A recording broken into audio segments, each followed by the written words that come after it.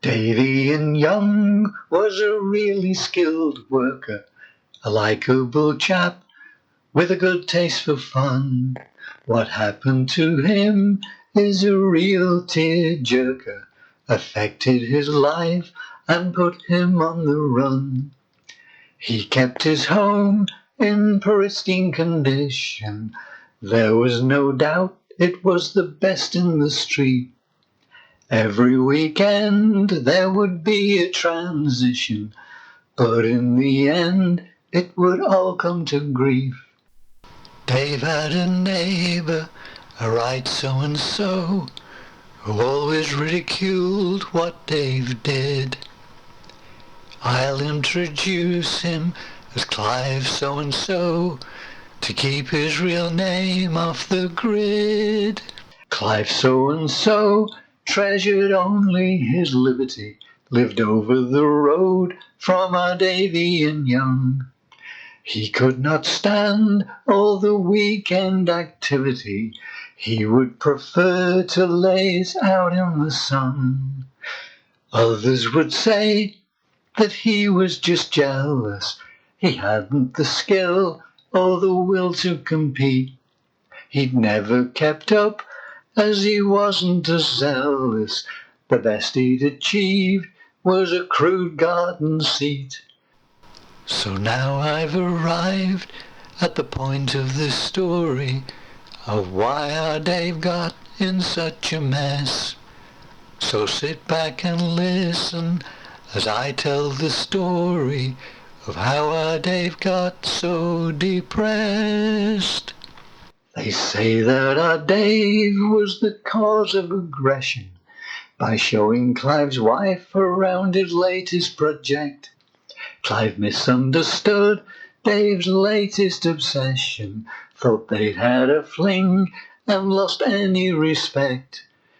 While Dave was out, Clive took charge of the matter. He took his revenge with Dave's circular saw, and when he had done, Dave's place was in tatters. Then with a smile, Clive went back to his lawn.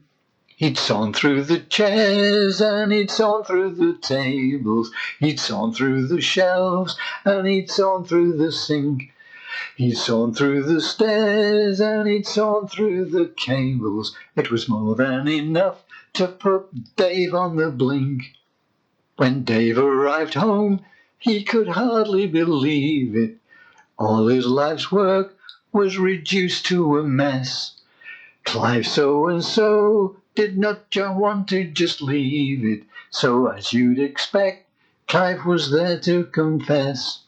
Now Dave wasn't one to lose his composure, but what could he do in the light of this act?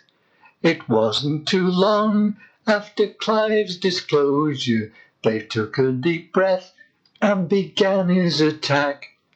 He abandoned his skills and all of his know-how and turned his attention to Clive's garden seat. He sawed and he hacked and he didn't slow down. In no time at all the sawing job was complete. He'd sawn through its back and he'd sawn off its 4 feet. He'd sawn through the pieces that he'd sawn before.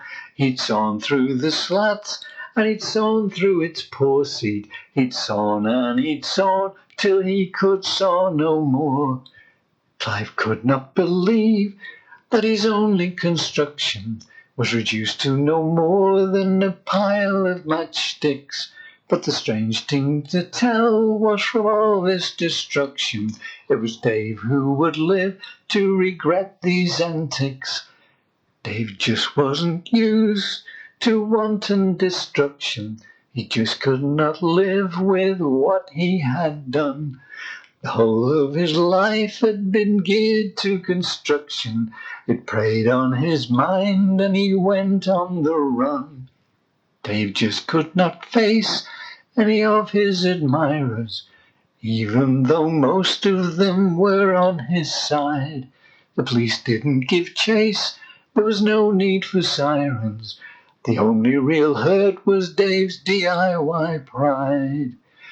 Clive, on the other hand, pleaded his own case. He felt what he'd done was well justified. His actions weren't planned, and really in this case, Dave hadn't pressed charges and no one had died. Now Dave lives alone in a one-room apartment. It's cold and it's damp, but he doesn't care.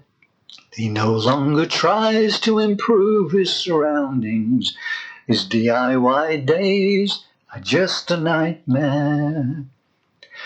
If there is a moral to this sad story, I haven't the faintest what it might be. If you think you know and you want the glory, whatever you do, don't write to me.